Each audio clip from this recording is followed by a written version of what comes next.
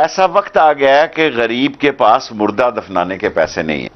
बात करनी है भारत की। का नाम है हिंदुस्तान, आपसे 10 गुना बड़ा है, आपसे इकोनॉमी से 10 गुना बड़ा है, उसका आर्मी 4 गुना बड़ा है, एयरफोर्स 8 गुना बड़ा है। हमारे यहाँ वाकई हालात इतने ज्यादा हैं, खराब हैं कि यहाँ पे हर शख्स जो है इंसान को मेहनत करता है, उसके रिटर्न में से मिलता कुछ नहीं है। सिक्योरिटी नहीं मिलती उसको, तालीम नहीं मिलती उसको, सेहत नहीं मिलती उसको, रोजगार नहीं मिलता उसको, तहफ़्फ़ुज़ नहीं मिलता।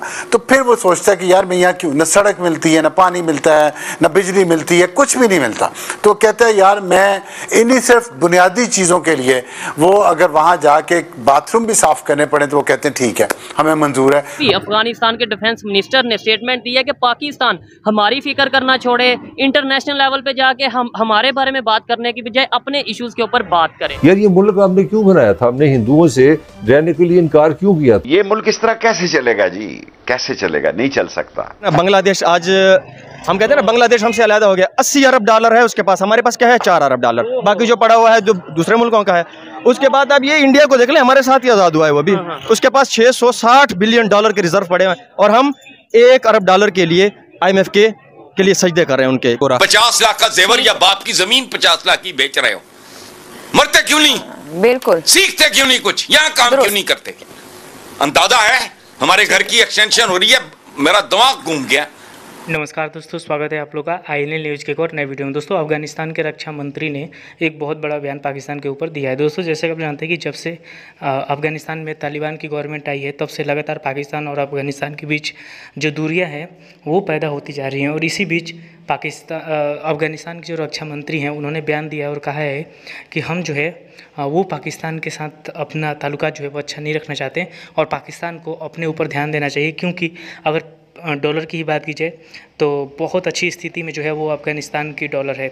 और इसीलिए पाकिस्तान जो है वो कहीं ना कहीं अफ़गानिस्तान के आगे भी नीचा दिखने लगा है, क्योंकि जो डॉलर के रेट हैं वो पाकिस्तान में बहुत ज़्यादा चले गए हैं। तो दोस्तों कहीं ना कहीं अफ़गानिस्तान की तरफ से पाकिस्तान को एक चेतावनी दी गई है कि जो बयान वो लगातार अफ़गानिस्तान के खिलाफ़ दे रहा है वो उसको रोके, नहीं तो आपको पता होगा कि जिस तरीके से तालिबान और अफ़गानिस्तान जिस तरीके से तालिबान और जो पाकिस्तान की आर्मी है वो आमने सामने थी और लगातार पाकिस्तानी फ़ौजी मारे जा रहे थे, वो एक बार फिर से स्टार्ट हो सकते। तो चलिए वीडियो में चलते हुए देखते हैं कि जो पाकिस्तानी मीडिया है वो इस पर क्या बात कर रही है और पाकिस्तानी लोगों का भी इस पर क्या रिएक्शन है। ये कि हमारे यहाँ वाकई हालात इतने ज़्यादा हैं, ख़राब हैं कि यहाँ पे हर शख्स जो है, एक तो ब्रेन ड्रेन है, जो पढ़े लिखे लोग हैं जिनको अच्छी जॉब्स मिलती हैं वो यहाँ से चले जाते हैं और किसी और मुल्क में जाके काम करना शुरू कर देते हैं, लीगल तरीके से चले जाते हैं, वो ब्रेन ड्रेन है।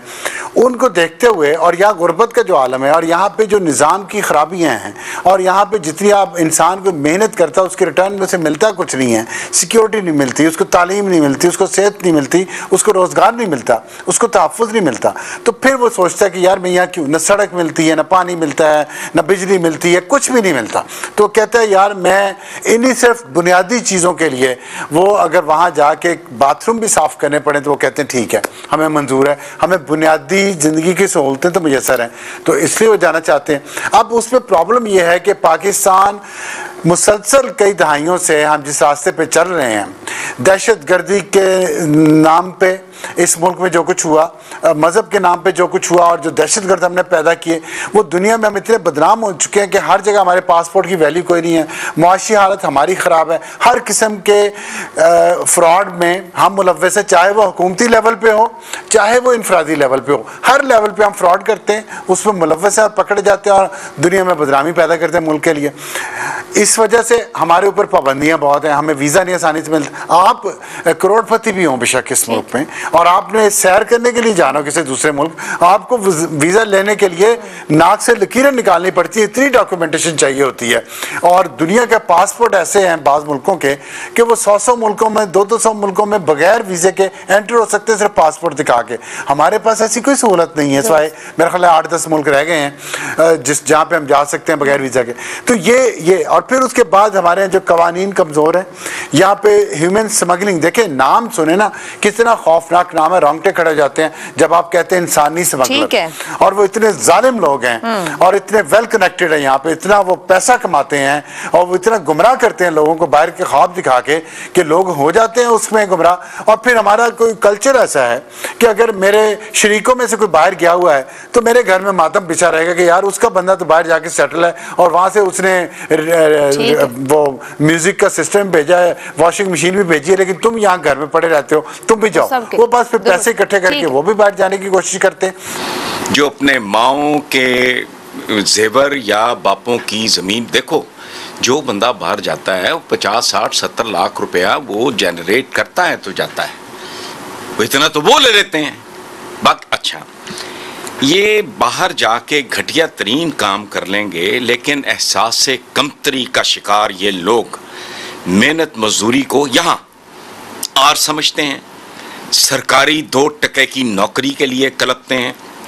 अच्छा, बदतरीन इक्तिसादी हालात के बावजूद, ये मेरा दावा है जिसका दिल करता है आजमाए, बदतरीन मौजूदा हालात के बावजूद अगर कोई आदमी मेहनती है, फोकस्ड है और उसके पास थोड़ा सा, जिसे कहते हैं ना सीड मनी, ज्यादा नहीं, 10-15, 5-10 लाख, मैं साबित कर सकता हूं। मेरे एक दोस्त हैं, is a PhD, doctor Ataur Rahman को असिस्ट करते हैं, वो वंडरफुल आदमी। तो उन्होंने मुझे कहा कि मेरे से अच्छा, उन्होंने कहा मैं और आप पैसा पूल करते हैं, कोई उठे सुबह कमबख्त बेगैरत 3 बजे जाए मंडी लाके सामान बेचे, शाम को देखो।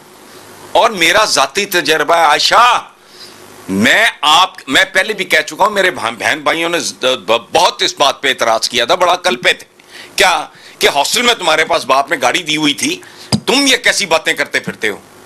मैं जब घर से लड़के आया, प्रोटेस्ट व्हाटएवर, मैंने मॉडल टाउन में, ये एक चैनल पे तफसील है पूरी, मॉडल टाउन के दोस्तों की जिनके साथ दोस्ती उस जमाना में हुई, जब मुझे 450 रुपए का जॉब धनक में मिला, उस वक्त मैं 4000 रुपया कमा रहा था। कभी हिसाब लगाओ, जो शामी कबाब आप घर में बनाते हो और उसी साइज का, उसी किस्म का मिलता जुलता, ज्यादा साफ सुथरा, वो घर से तो नहीं होगा, ठीक, वो ज्यादा बेहतर होगा, वो 3 गुना 4 गुना ज्यादा कीमत में मिलता है। ये बेशर्म है, खुद भी बेहया है। रेडी पे मेरा ख्याल था जाती तौर पे मुझे मिलेगा कोई नहीं, वो यकीन करो, मैं मेरे तो न्यू कैंपस के सारे लड़के लड़कियां शाम को इकट्ठे, कोई और ये वो फलाना। उसके बाद पिछली दुकान जिससे मैंने वो स्पेस किराए पे ली थी, वो फ्लॉप हो गया, यम यम कॉफी बार, सही, ये मॉल टाउन अड्डा पुराना, सही, मैं बात कर रहा हूं 45 साल पुरानी, वो मैंने ले लिया। वहां एक कारीगर ढूंढा, वहां तिक्के कबाब, और मैं बता रहा हूं आपको, ये एहसास एक कम तरीके मरीज हैं। कौन सा काम है जिसे सीखने में, मैं किताबत की बात नहीं कर रहा, मैं नक्काशी की बात नहीं कर रहा, कौन सा हुनर जो सीखने में 1, 1.5, 2 साल से ज्यादा लगता है।